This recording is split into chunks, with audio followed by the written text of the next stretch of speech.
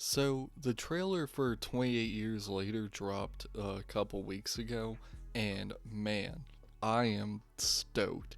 I watched that trailer like 3 times back to back, and I was just like, dude, I know 28 Years Later is gonna be hype. And as I was watching it, I was just thinking about how great 28 Days Later is and how great 28 Weeks Later is.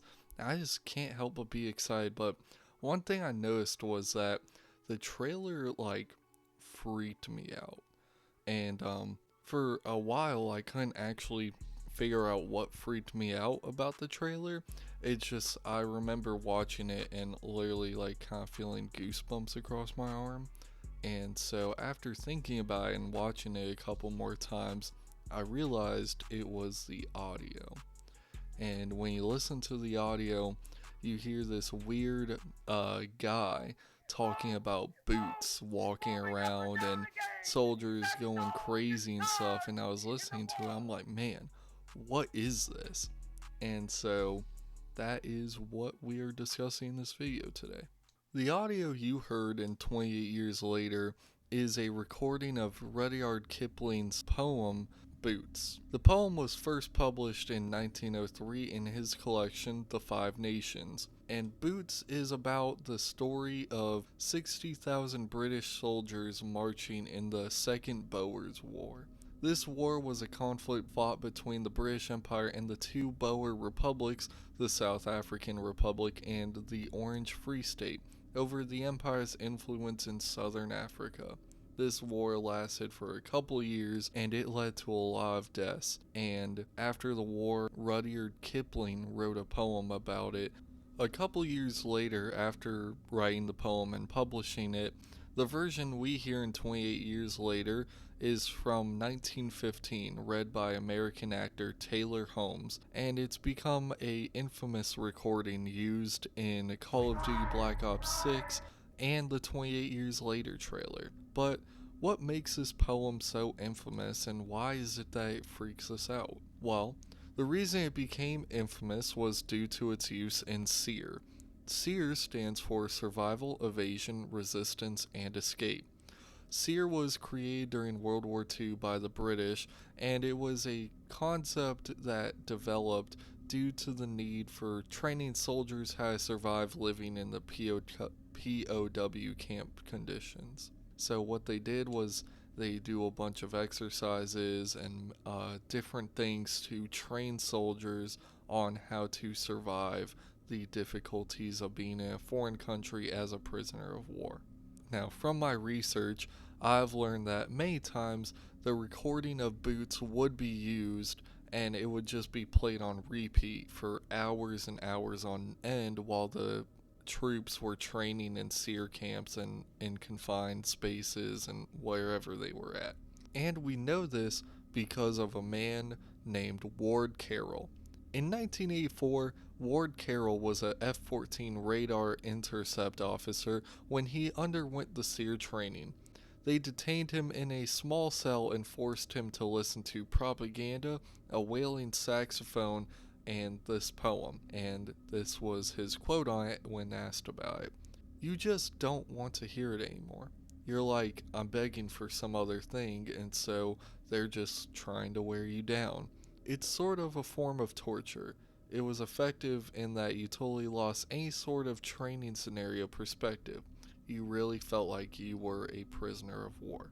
Of course, when SEER was asked about the use of boots in their training exercises, they declined to discuss it because of the sensitive nature of their training and that they don't want their whole training regiment being leaked and people to know what to prepare for. Now, something I found while researching the poem and what it means and everything is that there is some discrepancy with what Rudyard Kipling meant when he said there is no discharge from the war. And some people, as I've read, theorize that he means that you literally cannot leave the battlefield because the war is still going on, even though it seems mundane and pointless to those that were there. But another theory, one that I subscribe to more and one that I initially thought when reading the poem for the first time, was that it was more so a metaphorical way of saying that the war never leaves the soldiers, even if the soldiers leave the war. And so you can be at home, discharged from the war 5 years later, and have PTSD or some sort of other mental illness caused by being in those battles, thus never truly discharging from the war. However, I have heard a theory that it meant that the soldiers never discharged their guns, which I don't fully agree with because they were in a war. And then something else that I found interesting was towards the middle of the poem, Rudyard Kipling starts writing out numbers. And at first, I was confused with what the numbers meant, and I'm sure a couple other people were, but apparently the numbers are supposed to be how many miles they have marched in intervals. So, for instance, when you look near the beginning of the poem, they say 4, 11, 17, 32 the day before. If you count them all together, 4 plus 11 plus 17 equals 32, and that's how many miles they walked in the day.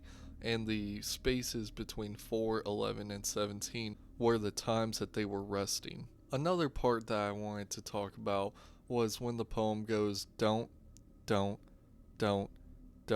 Look at what's in front of you. Men, men, men, men, men go mad with watching them. And the reason why I wanted to point these two lines out is because it really shows the mental deterioration of the soldiers fighting in the war and then listening to the sounds of boots marching over and over again for hours and hours on end. And fun fact, Rudyard Kipling purposely wrote the Boots poem like this so that way it would mimic the sound of boots marching. And that was just a cool piece of knowledge, I guess. I don't know. It's not really fun because you listen to it for 12 hours and you start kind of losing your marbles, but it is interesting that writers have a way of taking sounds and putting them into words and using words that you read to yourself to form sounds and movement and stuff. It's so interesting to me, and I really enjoy reading stuff like that. And now we hit the summary sort of portion of the video, in which I asked myself how the poem affected me. And I will say that when I initially read the poem, it did stick with me. I remember sitting there thinking about it and thinking about the horrors of the war and thinking about what Rudyard Kipling was trying to describe in his poem, and it really stuck with me in a way that not many other pieces of literature have done so before. And the recording, I feel, only elevated that because you hear the recording either on its own or in 28 years later, and it just adds a whole other layer of depth to whatever it's a part of. And I find that really interesting. And so I want to say that I'm super excited for 28 years later. I cannot watch it. I might do a video on 28 days later and maybe 28 weeks later. I'm not fully sure because there's not really a bunch of ambiguity with those movies, and there's not really a bunch to theorize around, at least to my knowledge, so who knows. But I am excited for this movie, and I tried something a little different with this video. This is completely separate from the video, this is just me talking. I tried something completely separate where I just wrote down bullet points and just started talking about them.